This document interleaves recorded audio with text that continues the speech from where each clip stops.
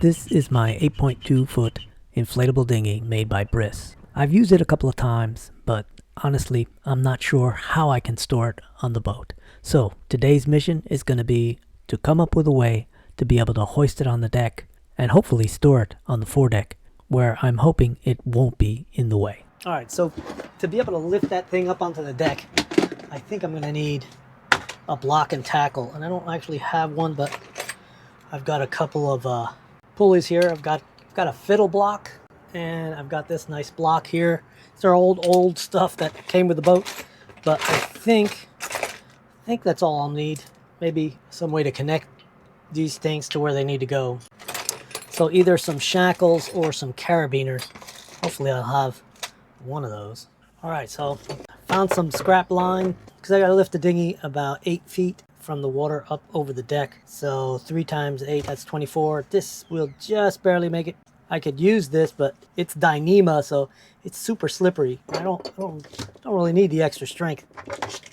So I've got this stuff. It's an old piece of line. It's 1/4 inch, but it's just the standard Dacron braid, and it's got a nice feel to it. So I know that the long part has got to come out of the clam cleats.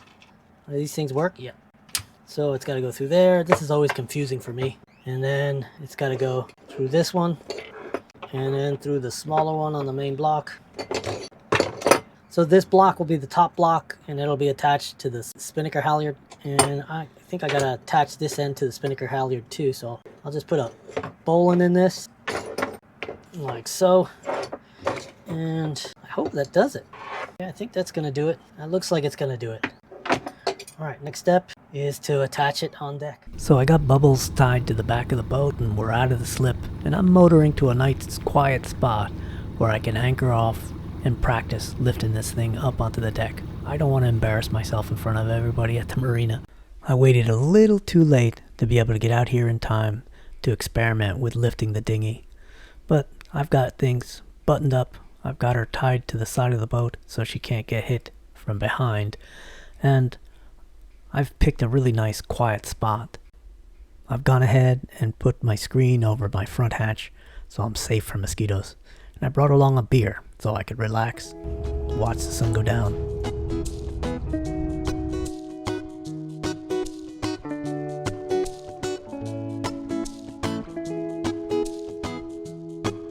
And then call it a night, and hopefully we'll have some success tomorrow morning. For dinner, nothing but the absolute best. Powdered mashed potatoes with some sweet and spicy wild caught tuna. You know that looks good. Alright, so it's evening. I've got a couple of lights on. I've got a light over my bed. I'm leaving the lights in the cockpit on. And of course, I've got the refrigerator on. You can see I've got it at 34, so I'd like to turn it just above freezing for the night, and you can see what I'm drawing. 10.5 watts. That's nothing. We can do that for days. Time for coffee. Good morning. It's like 8:20, but check this out. Look at this fog. It's just super foggy. You can't see anything. I see like 30 or 40 feet. Anyway, I guess I need to wait till this burns off to start playing around with this. Everything's just soaked out here.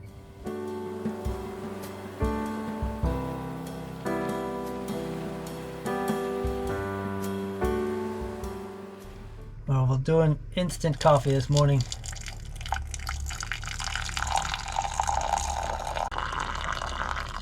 It's got caffeine. That's the important part. I went ahead and checked on the app for the lithium batteries. They're Bluetooth connectable, but we're still 97%. So we only used 3% of our battery charge on that bank because I just ran everything on the lithium last night. So I know that my starter battery is good and solid. Back on deck, it was time to go ahead and set up the hardware and get down to business. First, I needed to take the block and tackle and connect it to the spinnaker halyard and get that hauled up so that I could stretch out the lines and see how much distance I had from the top of that halyard down to where the dinghy would be. And there's a little bit of boat traffic, which was making me a little nervous with this fog on the water. I actually had to get on the dinghy to be able to make the connection to the block and tackle. It wasn't too tough to do. I just wanted to make sure it wasn't going to do any damage to the dinghy as I hauled it up. And the 3-part block and tackle made the hauling up pretty easy. It started getting a little bit tough when the block and tackle, the bottom block where the clam cleats are, actually got a little bit high on me, and I was having a hard time getting them to engage, so that right there I was having a hard time. At this point I used the winch with the halyard to crank it up the last 2 or 3 feet so I could clear the lifelines. Getting it over the lifelines and onto the deck wasn't too tricky, but I am going to have to change my idea about keeping the oars connected to it, because they definitely bind up. Then it was just a matter of getting it lined up and then loosening the lines on the block and tackle and just lowering it slowly onto the deck. With it in position where I think I'll keep it while I'm cruising, I went down below to check some things out.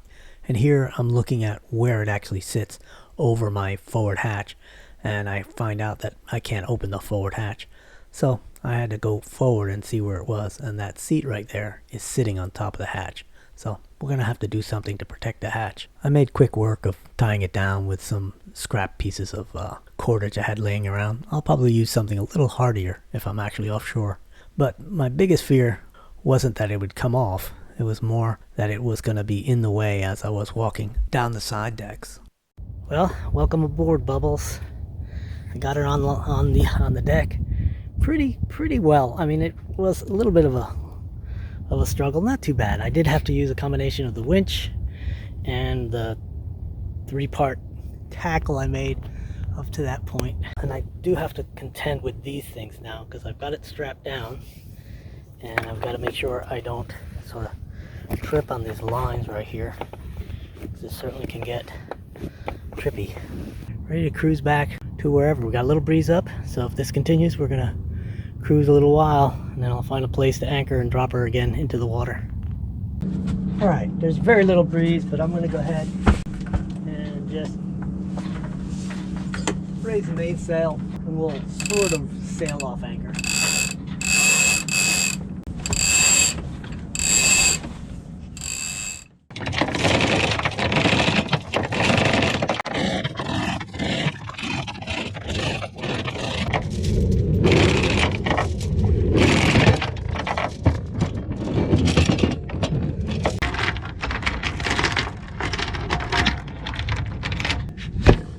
Hose the mud off a little later. Well, we raised anchor without the motor anyway. The wind, that little morning gust, or little sort of zephyr that you usually get in the morning, is gone. But over there, it looks like there's some wind out there just past that point. The water's just a little more rippled and dark, so maybe we'll get something.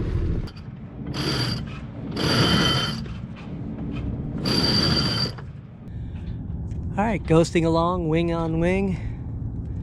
Set pretty nicely. The wind is really light, but current's with us, so we're actually going pretty nice little 3 knots in a 5-knot wind. I'm happy with that. I'm not in a hurry. I do want to get back to the marina before the tide gets so low that I can't get in my slip. Alright, I've anchored back over here next to the marina, which is over there. You probably can't see it. But the idea is we're going to put this bad boy back in the water. So this is the first time too. The technique is going to be just the opposite. First, I'll unlash it. Definitely going to wear gloves this time. My hands are a bit worn now. Make sure that's locked in. And then we raise it up with the winch so I can get it up over the lifelines. This is the kind of stuff you learn. Now the winch handle is stuck here. So gotta find a way to move it forward.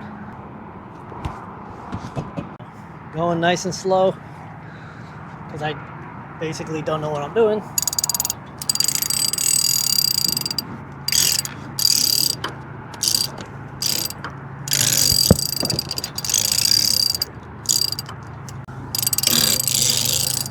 Still on the fence about whether to keep the oars on here or not.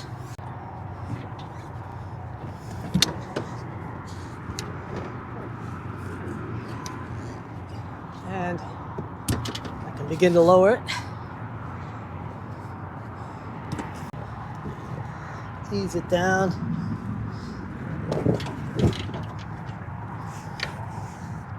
Somewhat in control. Oh, not exactly in control. So we got her in the water. Banged a little bit. I let her down just a little too hard, but it's a rubber boat, so next time I'll know to move a little bit slower even than what I was moving. Alright, I'm going to go ahead, slack this, and we'll disconnect our block and tackle. I'm going to connect it right here on this lifeline so it doesn't go flopping all over the place. Alright, time to get this girl tied back behind the boat. I want it good and snug up against the transom, so if I have to back out of the slip because I don't get in right, I can do it. Alright, anchor's up and the dinghy is snug up against the transom.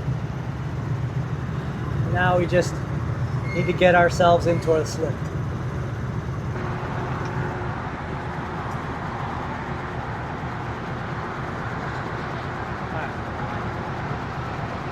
So right now the tide is going to be behind me when I make this turn. I'm going to put it in neutral. I'm going to turn a little early. So if this goes badly, it'll just be a training video for me. You guys won't get to see it. Let's turn early. Try to square up. Put it back in gear.